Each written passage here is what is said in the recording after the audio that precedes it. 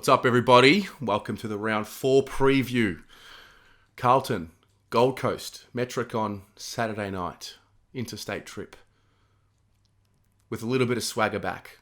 Really, I shouldn't have any swagger because we did something we were supposed to have done and beat a depleted Fremantle. I don't want to take away from how good we were because we were good and we were harder and we got the job done. Very happy, obviously, and I'm sure everyone has a little bit of a pep in their step walking to work this week or wherever it is that you live your life and whatever it is that you do. I'm sure a winner's week is a much better week to be living in. That's the truth.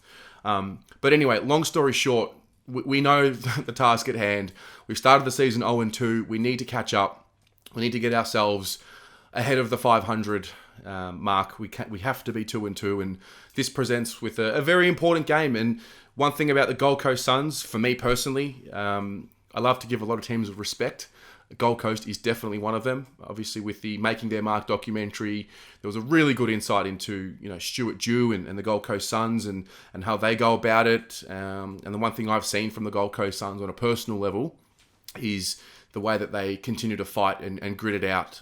They might have come up short last week, but they always continue to fight it out. And they're actually not so different to us in that they generally play 3/4 of football, and they usually have their laps in concentration. But I look at the two teams, and this isn't to be disrespectful to them, but I mean, as a fan and the way I think, and maybe because I'm an arrogant Carlton prick, I just feel like we should be ahead of them right here, right now in our development. Our players are older, more experienced, and I think we're slowly starting to experience this as Carlton fans, where our players who were the babies of the competition are now starting to become a little bit older than some of the actual new babies in the competition. And the Suns are that.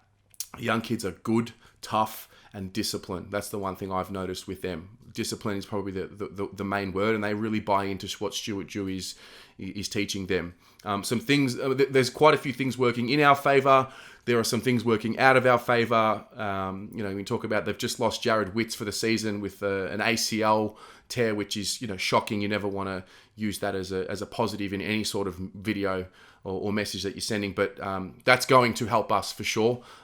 Zach Smith's still not ready to play footy, so it seems like Burgess will line up in the ruck for them, which for us, the reason why I'm bringing that up is because I'm looking at, okay, there's no excuse for not getting first use in the ruck this week. Now, I take you all back to the Port Adelaide game last year when I think Scott Lysette was out and Peter Ladhams was in, and we all thought, how good's this? Peter Net's going to absolutely smash Ladhams, and Ladhams ended up being one of the best on ground. So I'm learning that lesson.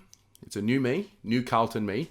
I don't want to get too arrogant too early, but really going into this game, there has to be an expectation of winning the hit-out battle and the hit-outs to advantage and the centre stoppages and things like that. But just because the expectation is there's another layer to this. There is we're expected to win, and we're expected to win the contest, and it's about still doing it. So still, it's all about mentality for me. Now, what I would hope is that what we saw against Fremantle when it comes to the focus and the focus and the toughness for long enough, same principle has to apply against the Suns.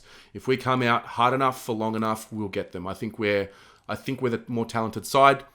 I think we are benefiting from the fact that quite a few of their tools are out. So I would imagine Harry Mackay is going to be getting a few more looks at the goals this week. He's had 13 shots on goal against Fremantle. He's kicked 7 goals, 5, and he's kicked 1 out in the full. I can never really expect him to be getting more than 10 shots in a game every week, but I would say that we should be able to create enough chances for him to put a heavy score on the board. So I do expect that to be a factor for us. But having said that, if the Suns are a little bit smaller, that means the Suns are a little bit quicker. And that's what we've got to be careful of. And one thing with our game style that we've seen in 2021, whether it be in the preseason or during the regular season, is that when we do turn it over, we can get scored on very quickly. And that's where I think the challenge presents itself with the Suns, who play at Metricon very well. They play that stadium very well. We're coming from a game at Marvel Stadium, dry conditions, perfect, no wind, and apparently it's been, constantly raining up there on the Gold Coast, and it's going to be wet. It's going to be a slug. I don't see this being an easy win whatsoever, given even with the outs and all of that. So I'm taking this seriously. I mean, we have to take every game seriously. We've got a tough month ahead. It's a tough season. It doesn't matter who you're playing. They're all tough games. You have to look at it that way, I think.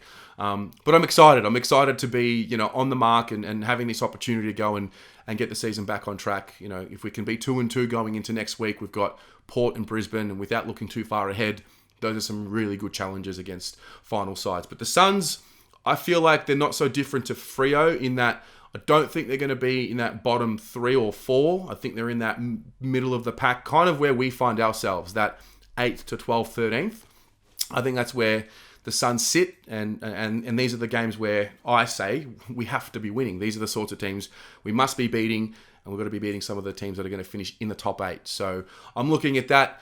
As it stands right now, in terms of changes when it comes to the team, at the time of filming this video, I don't know what the injury situation is. We know that Zach Williams was a little banged up. Going to be a precaution taken with him. Will he miss? I don't know. We know that Will Setterfield was laid out last week and Cottrell came in. I think the only one who would probably come out is, or two I should say, I think Paddy Dow might come out potentially for Setterfield. I think with Setterfield, I know people didn't think very highly of his round 2 game against the Pies, but make no mistake, I am 100% in Will Setterfield's corner. I just don't believe that Will Setterfield should be playing on the wing. I think if we're going to be, giving him the midfield minutes that maybe Paddy Dow has, I think that's the move. I think there's nothing wrong with Paddy Dow going back to our reserves. He's had 3 games at it. I thought his Richmond game was solid. I thought his Collingwood game was and then I thought his Fremantle game was pretty much the same. So that's 3 cracks at it. I wouldn't be so sad if they said, right, Paddy, you're going to go again, because at least he did show that defensive effort and applied himself with his tackles. So Paddy Dow potentially could come out for a Will Setterfield if it means Will Setterfield's going to get looks on the ball, because I think that's where he does his best work, when he's engaged in the contest and he's got people and bodies around him that he can tackle and whatnot. So I'd be leaving Cottrell where he is. I'd be leaving Parksy in. I know Willow played a pretty good game in the reserves, but I think Parksy deserves to keep his spot. I think that's how we create that healthy competition for spots. And then the other one is Mitch McGovern, who played very well in the reserves practice match against Williamstown.